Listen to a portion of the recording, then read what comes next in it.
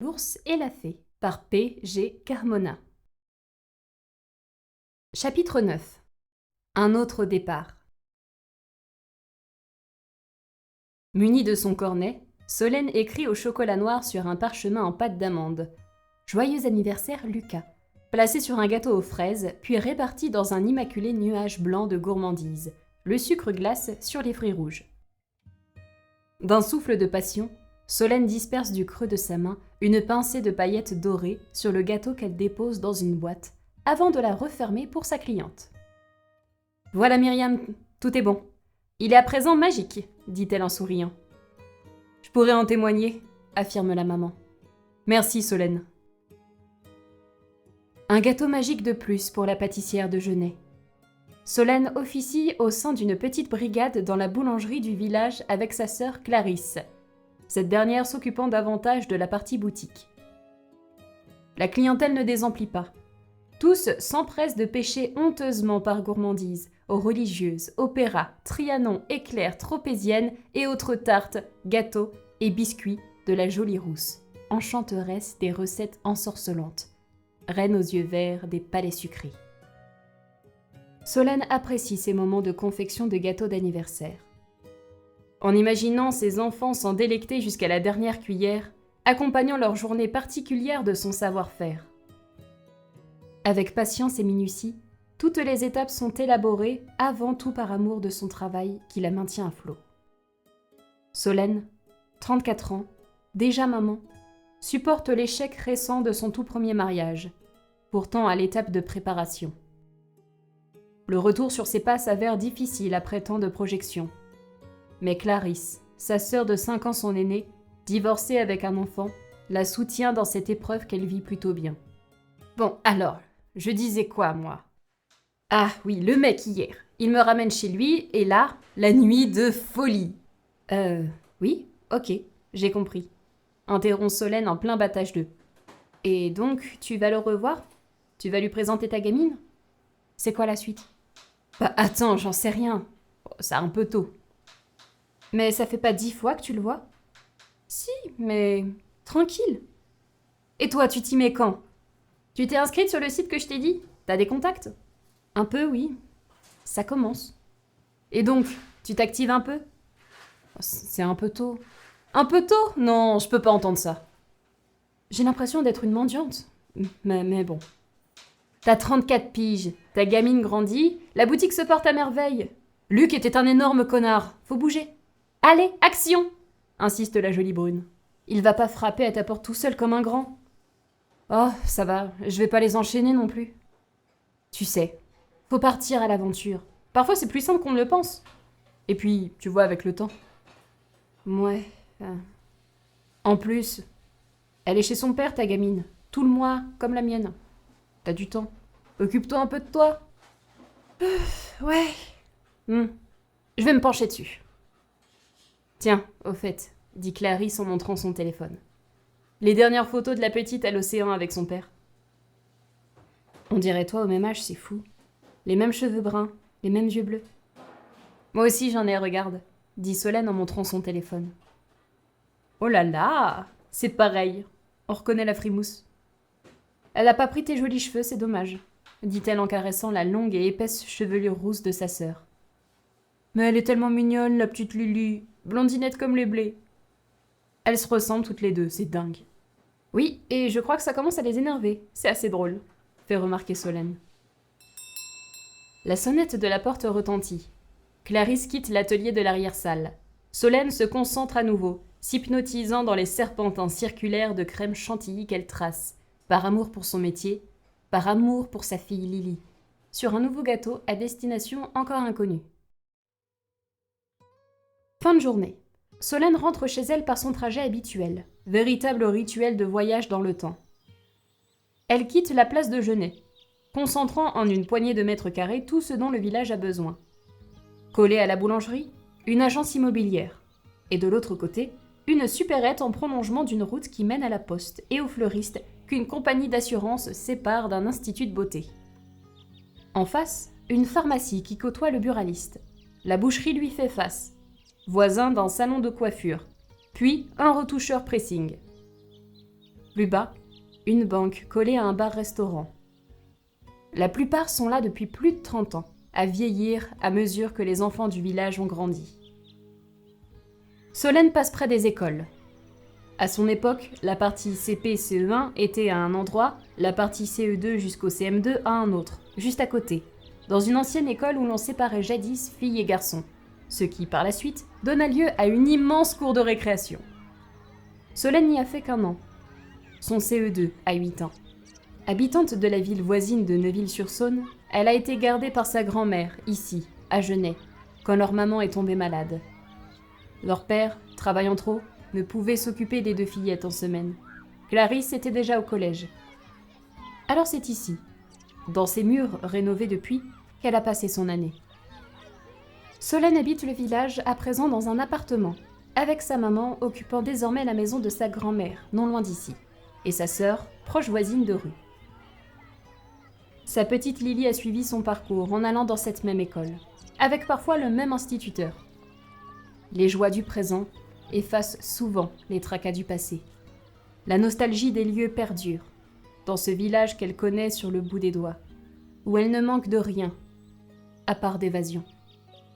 Et dans les pas de la devise ghanatène, « De peur je n'ai », inscrite en vieux français sur les murs du hall des sports, Solène avance. Ce soir, l'envie de réfléchir sur son sort et de subir sa vie n'est pas invitée à sa table. Solène, un repas sur le pouce, assise dans son salon au milieu des photos de Lily, sa petite blonde aux yeux bleus, toute menue au visage d'ange, grandissant au gré des clichés accrochés sur le mur. Clarisse a raison. Un ressaisissement s'impose. Armée de son téléphone et de son application relative au site de rencontre, recommandée par sa propre sœur, elle consulte ses messages. Surtout celui d'un certain Armand.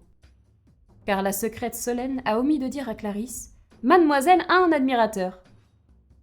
Elle échange avec lui pratiquement depuis son inscription sur le site.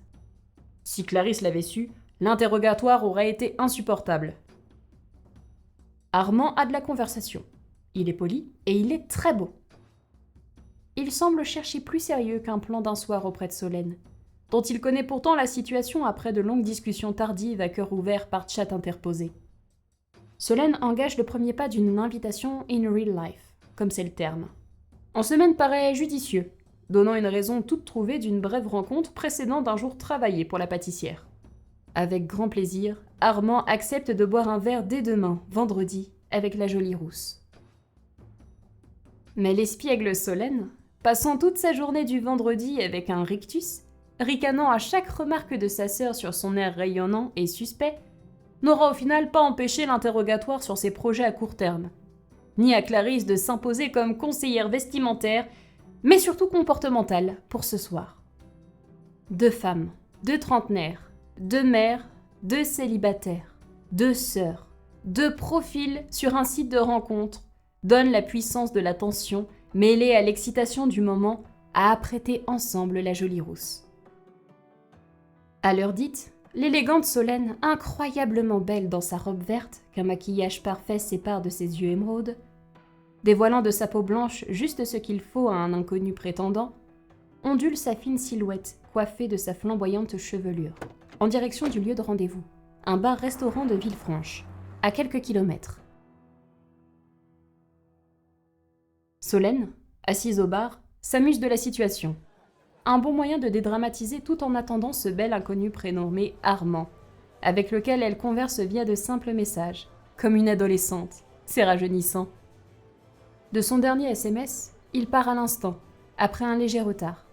Venant de Lyon, une bonne demi-heure par l'autoroute les sépare. Alors, Solène patiente. 45 minutes.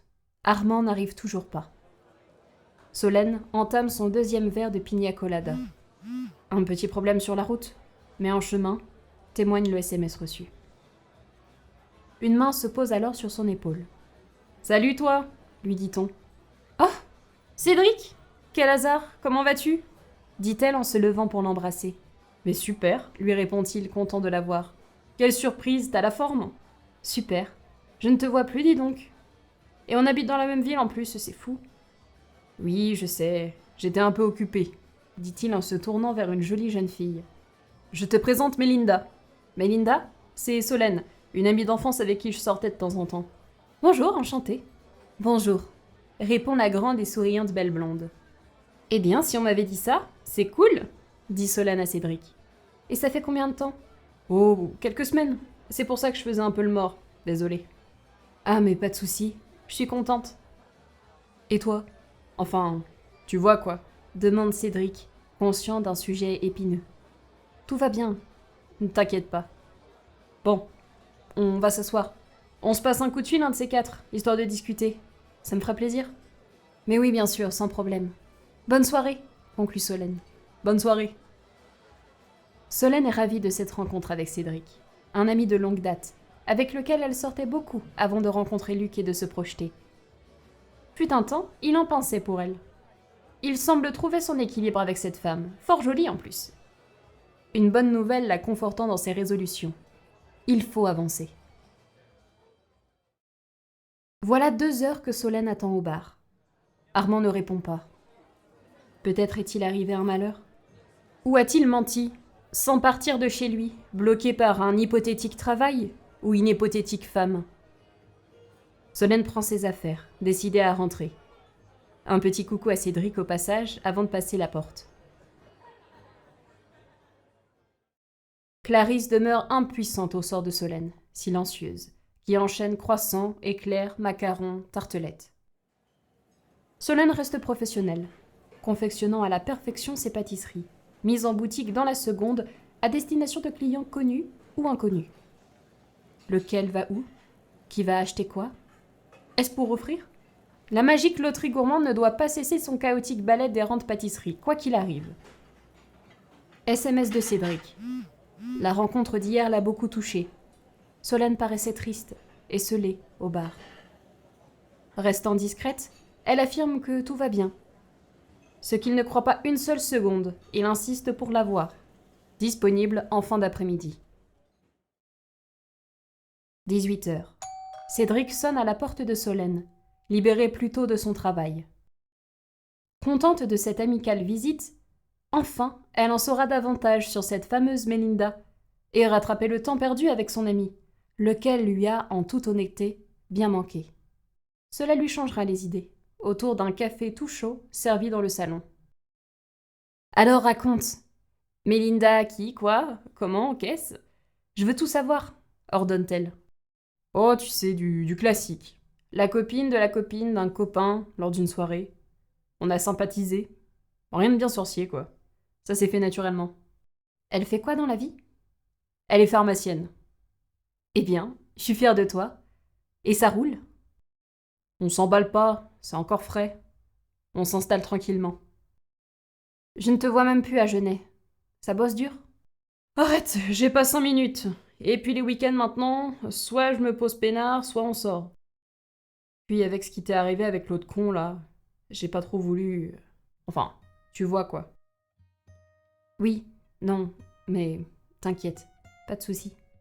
Et ça va? Enfin, je veux dire, c'était quoi le plan d'hier? Dépourvue d'histoires aussi positives dans sa vie à raconter à son ami Cédric, qu'elle-même repoussa pour accepter la main qui allait lui crever le cœur et la plonger indirectement dans cette situation, Solène demeure partagée entre une telle déception et la honte de vivre pareille humiliation sous ses yeux au restaurant. Une confession la soulagera, avec l'espoir d'une indulgence dans le jugement de Cédric. Ben... c'est compliqué. Ah bon? En fait, j'avais rendez-vous avec un mec. Ah, ok, dit-il intéressé. Super, un mec de soirée? Une connaissance? Non, un mec sur le net. Ah oui, bien, ça marche aussi. D'accord, et donc? Bah, il est jamais venu. Non, tu déconnes. C'est pour ça que t'es parti? Mais il était même pas 21h. Je me suis dit que t'allais ailleurs, retrouver des copines. Enfin bon, j'ai pas spéculé 107 ans dessus, mais non. Oh, sérieux, enfoiré. Bah ouais. Première fois que je fais ça, je suis verte. Putain, l'a lu quoi. Ah, c'est un bâtard. Il t'a pas filé de nouvelles après? Non. C'est super pour la confiance, ça. Franchement, c'est exagéré. Mais Solène éclate en sanglots. Les bonnes intentions dans cette démarche font place à sa solitude. Et tout remonte à présent. L'échec de son mariage, le manque de sa fille Lily, les vaines tentatives de sa combative sœur Clarisse pour la soutenir, ainsi que l'extrême compassion de Cédric la serrant fort dans ses bras pour étouffer ses pleurs. « Hé !» dit-il en lui relevant le visage pour regarder ses jolis yeux verts humides. « T'es une super nana de ouf. Tu vas te relever. Moi, j'ai confiance en toi. On se connaît depuis longtemps. Je sais de quoi tu es capable. » Merci. C'est gentil. Tu sais, t'es une super nana.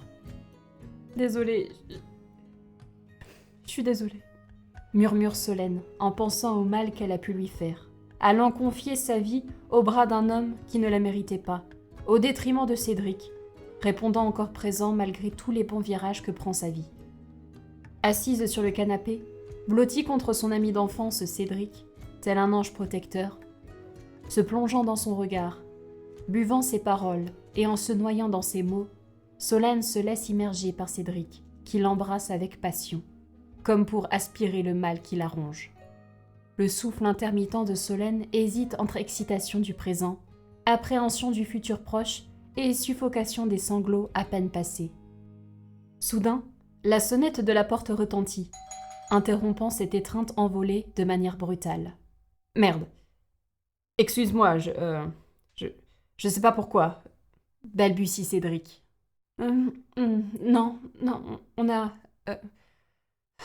T'inquiète, je vais ouvrir. » Solène se lève, fermant la porte du salon, encore sous le coup de ce baiser passionné, autant qu'inattendu. Elle ouvre machinalement celle de l'entrée. Derrière, une petite fille d'une dizaine d'années, accompagnée, qu'elle ne s'attendait pas à voir. « Lily ? » ?»« Non, Elisabeth. Je te l'ai dit 100 fois. »« Bonjour maman !» dit-elle en rentrant chez Solène. « Mais t'es pas avec ton père ? Et tes cheveux ? Cette coupe, cette couleur ? Où sont tes beaux cheveux blonds ? » Bah, j'en avais marre, alors surprise. Ça te plaît le brun ? demande-t-elle en se recoiffant. Oui, beaucoup. Mais ta cousine va pas être contente. Attends de la voir en blonde. En quoi ? Mais qu'est-ce que vous avez fait ? Bon, c'est pas la question. Qu'est-ce que tu fais là ? Et qui est ce jeune homme ? Bonjour madame, dit le timide petit garçon. Je m'appelle Théo, j'ai 10 ans. Bonjour mon petit. Elisabeth, je veux une réponse. Viens dans le salon, maman, tu vas halluciner, dit la petite fille espiègle en ouvrant la porte du salon. Non, pas le salon, ordonne la mère. Trop tard. Ah, t'es là toi aussi, dit Elisabeth à Cédric, qu'elle n'a jamais apprécié, amie de sa mère de longue date ou pas. Salut Lily, dit Cédric. Ça va à la forme ? Bon, viens t'asseoir, maman, répond-elle. Bon, je vous laisse 2 secondes, je vais aux toilettes, dit Cédric en s'éclipsant de l'autre côté. Dans le salon, Solène, sa fille Elisabeth et le petit Théo prennent place sur le canapé. Cela paraît d'une haute importance. Elisabeth doit, en temps normal, rester chez son père pour tout le mois d'août. Ils ne se sont jamais mariés, mais sont restés en bons termes et ont une garde partagée tout à fait amiable. Maman, mon nouveau super copain Théo a trouvé ça. Elisabeth sort d'un petit sac à main une curieuse boîte en bois, usée, griffée, mordillée, mais semblant avoir subi un récent nettoyage. À la vue de cette boîte, Solène n'en revient pas. Mais ce n'est pas possible. Comment... Où l'as-tu trouvé ? demande-t-elle à Théo. Sur le terrain devant chez moi, à Neuville. Quoi ? À Neuville ? Mais c'est impossible, elle n'est pas censée être à Neuville, cette boîte. Elle doit être où ? demande Elisabeth. Loin. Très loin de Neuville. Tu connais cette boîte, maman ? Vous savez comment l'ouvrir ? demande Théo. Oui, je sais. Les 2 jeunes gens, heureux de cette issue semblant leur retirer un poids énorme, se tapent dans les mains. Madame, excusez-moi, je dois aller faire pipi.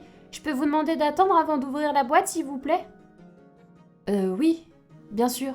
Mon ami est dans la cuisine, il me semble donc que c'est libre. Vas-y. Se retrouvant seule avec sa fille l'espace d'un instant, Solène repense à un détail important. C'est... incroyable. Oh, la clé! Je n'ai pas la clé, Elisabeth, je n'ai pas la clé. Elle est là, dit-elle en montrant déjà son pendentif autour du cou.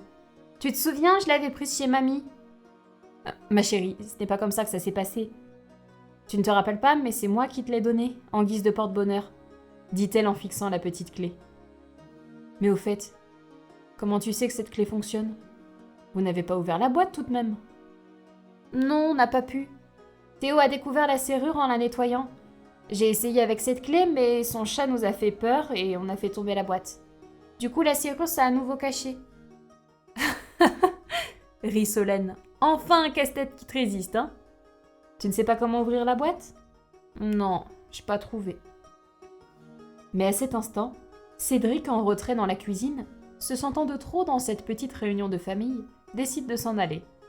Il passe par le salon pour dire au revoir, avant de voir à son tour la boîte. « Bon, salut les filles !» dit-il en mettant sa veste. « Moi, je vous laisse discuter. Solène, Putain de merde. » Quoi? Non, C'est quoi, ce truc? Bah, tu le sais, non? Répond sèchement Elisabeth.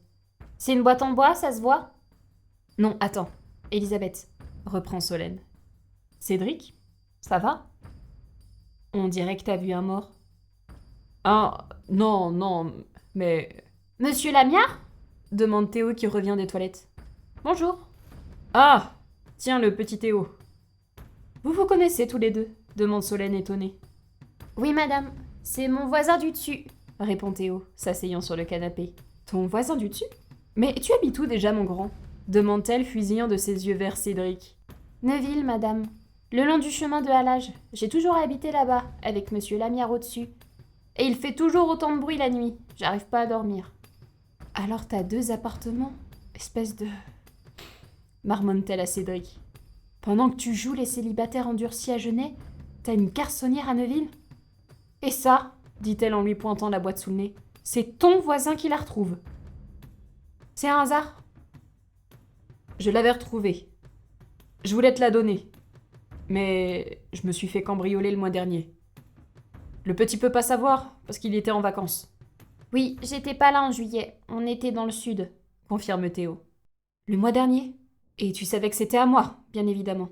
Oui, je savais. Et comment? Parce que j'étais là, dans la forêt, quand vous l'avez fermée. Je vous avais suivi. Je m'étais caché. J'ai tout entendu. Je savais que c'était à toi, je voulais te la rendre, et je n'ai pas eu le temps. Il y en a plein des boîtes comme celle-là, reprend la logique Elisabeth. Pas des boîtes où il y a ton nom gravé derrière avec la ville où tu habitais. Solène retourne la boîte et la regarde de près. Cédric ne ment pas. Elle a bien en main sa boîte. Il parle d'une forêt, d'une fermeture à plusieurs. Il a raison. Mais sa prétendue bonne foi vole soudain en éclats sur un détail. Alors, selon toi, cette boîte serait la mienne, parce qu'au dos y serait gravé mon nom et la ville où j'habitais? Oui, je l'ai vu moi-même. Martin Neuville-sur-Saône, en bas au dos. Alors on a un gros problème, Cédric. Car à l'époque, nous n'avions absolument rien gravé nous-mêmes sur cette boîte. Cela change quoi? Ça a été fait après. Certes, mais quand? Puisque comme tu peux le voir, il n'y a rien de clair et de net sur le dos de cette boîte. Et Cédric constate l'usure et autres traces de crocs, voire de griffes, dans un bois sali à peine verni, poli par le temps, ne laissent aucune place à la lecture claire d'un quelconque nom à l'endroit où, manifestement, il aurait été bien écrit. Il y a des traces, oui, mais c'est illisible, précise Solène. C'est le gamin qui... Non, le gamin n'a rien fait, arrête. Il n'y a rien marqué. Je n'ai rien écrit sur cette boîte. Si tu as lu quelque chose, c'est que tu as eu cette boîte dans les mains avant Théo. Regarde son état. Il l'a trouvée dehors, Cédric. On te cambriole, on efface le nom et on la jette à 2 pas de chez toi. C'est ça? Ma maman, elle est trop forte, dit Elisabeth à Théo. Comment et quand tu as eu ça, je n'en sais rien. Mais tu savais très bien ce que tu faisais. Avoue-le, lui murmure-t-elle. T'as toujours voulu m'avoir, depuis le collège. Ça a toujours été ton plan. Et tu es allé jusque-là? Je ne veux plus jamais te voir. Sans un mot, sourire aux lèvres, Cédric regagne la porte, escorté par Solène, s'assurant qu'il la passe une bonne fois pour toutes. « Tu sais, Armand a eu raison de pas venir. T'es sans espoir. »« Je ne t'ai jamais dit qu'il s'appelait Armand, pauvre con », conclut Solène, ayant compris à qui elle avait affaire à présent. Sa vie nettoyée d'un indésirable de plus, Solène retourne dans le salon, où l'attendent les deux impatients enfants. Il s'agit d'une boîte casse-tête, s'ouvrant suivant une suite de petites manipulations, qu'il faut trouver, puis procéder suivant un ordre précis. Malgré l'usure du bois qui a effacé les petites arabesques sur le dessus, le temps passé dehors encore indéterminé, l'humidité et la sécheresse, lesquelles l'ont fait tantôt gonfler, tantôt rétrécir, espérons qu'elle s'ouvre toujours. Solène s'exécute. La boîte face à elle, elle glisse une grosse lamelle du bas vers la gauche. Cela dégage sur le flanc, en bas à droite de la boîte, une toute petite lamelle qui se retire complètement, laissant apparaître un trou en bas sur toute la longueur de la boîte, devant contenir la clé qu'Elisabeth possède déjà.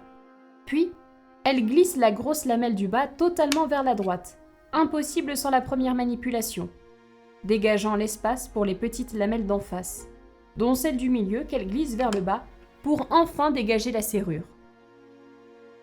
Mais Solène n'ouvre pas la boîte.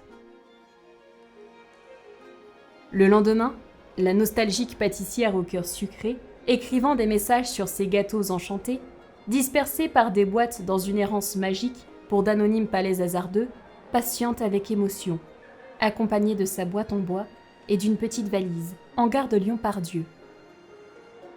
Car à force de manipulation, cachée là avec soin, en lieu et place de la clé dont elle était la gardienne, s'est détachée une petite carte. L'adresse de la tanière d'un ours attendant une fée. À l'aventure d'une ville inconnue, Solène avance seule pour retrouver le gardien de la boîte, à Paris.